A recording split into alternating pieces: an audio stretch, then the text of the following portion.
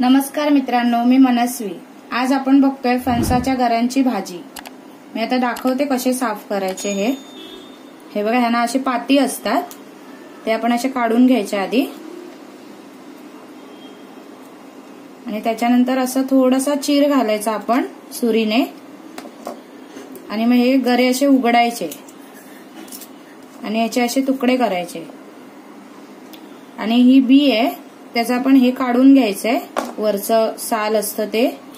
आता हे कोवळे आहेत म्हणून पटकन निघत नाही, ती चिकटून राहते साल, अशी काढायची आहे। आणि आपण असं मध्ये चीर घ्यायचंय ह्याला, बियाला, आणि ही बी ना अशी सोलून घ्यायची, किंवा दगडाने पण तुम्ही चेचू शकता ही बी, आणि मग त्याची साल लगेच निघते अशी व्यवस्थित। हे बघा, अशा प्रकारे हा गरा मी दाखवलाय तुम्हाला सोलून, अशा प्रकारेच आपल्याला सोलायचं आहे। आता मी सगळे सोलून घेते गरे। अशा प्रकारे मी हे सगळे गरे सोलून घेतलेत आणि व्यवस्थित त्याचे तुकडे केले। तुकडे मोठेच ठेवायचे असे, ते शिजल्यावर मग थोडे बारीक होतात। आणि ह्या बिया अशा मी सोलून घेतल्यात, त्याचे एका बीचे मी 2 भाग केले, आणि याच बिया एकदमच सगळं आपल्याला फोडणीला घालायचंय, वेगळ्या शिजवायच्या नाहीये त्या। आता फोडणीसाठी मी कांदा घेतलाय एक बारीक चिरून, ओलं खोबरं घेतलंय खिसून, 4 ते 5 लसूण पाकळ्या मी चेचून घेतल्यात थोड्याशा, कढीपत्ता घेतलाय थोडा, आणि कोथिंबीर घेतली। मसाल्यांमध्ये मी आता मालवणी मसाला घेतलाय, मीठ घेतलंय, हा गरम मसाला आहे, हळद आणि राई घेतली फोडणीसाठी। आता मी कढई ठेवली आहे गॅसवर। आता त्यामध्ये मी 2 ते 3 चमचे तेल घालते। तेल चांगलं तापून द्यायचंय आपल्याला। आता मी अर्धा चमचा राई घालते। राई चांगली तडतडली की आपल्याला कढीपत्ता घालायचा आहे, त्यामध्येच लसूण घालूया, आणि 1 मिनिट चांगलं परतायचं आहे आपल्याला। आता हे चांगलं 1 मिनिट परतून झालंय, आता आपण कांदा घालूयात त्यामध्ये, तो पण चांगला फ्राय करून घ्यायचा आपल्याला। आता कांदा चांगला परतला गेलाय, आता आपण त्यामध्ये मसाले घालूया। ही हळद घेतली अर्धा चमचा,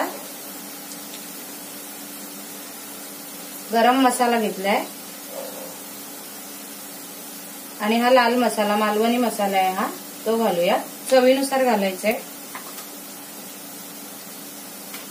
आणि मीठ पण चवीनुसार आत्ताच घालून घेऊया, आणि हे चांगलं परतून घेते आता।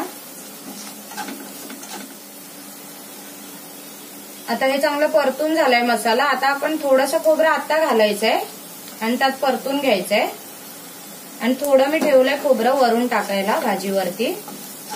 आता हे पण चांगलं परतून घ्यायचंय आपल्याला।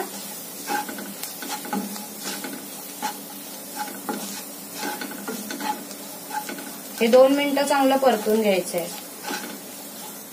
आता हे सगळं चांगलं व्यवस्थित परतून झालंय, आता आपण हे गरे घालूयात।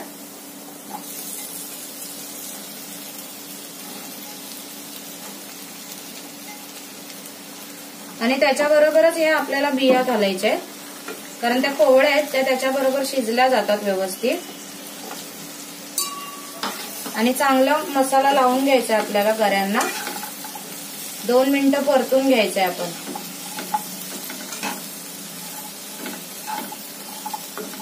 आता मसाला चांगला लागलाय गऱ्यांना, आता आपण थोडंसं पाणी घालूयात, कारण गरे शिजायला थोडा वेळ लागतो। थोडंसं म्हणजे अर्धा पेला मी पाणी घातलंय, हे बघा असं।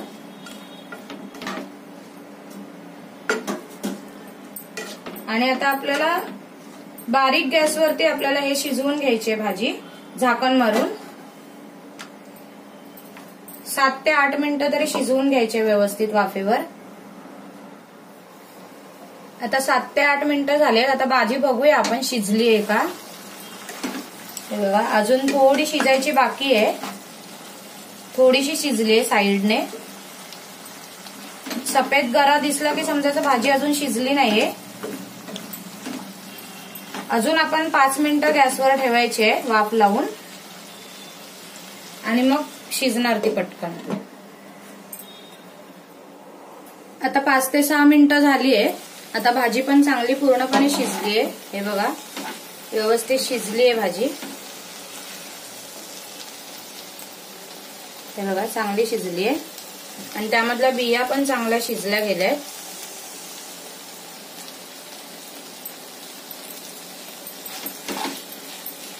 आता आपण त्यामध्ये थोडंसं खोबरं घालूया जे मगाशी मी ठेवलेलं थोडंसं, आणि थोडीशी कोथिंबीर. आता हे एकजीव करून घ्यायचंय सगळं आणि मग गॅस बंद करूयात आपण.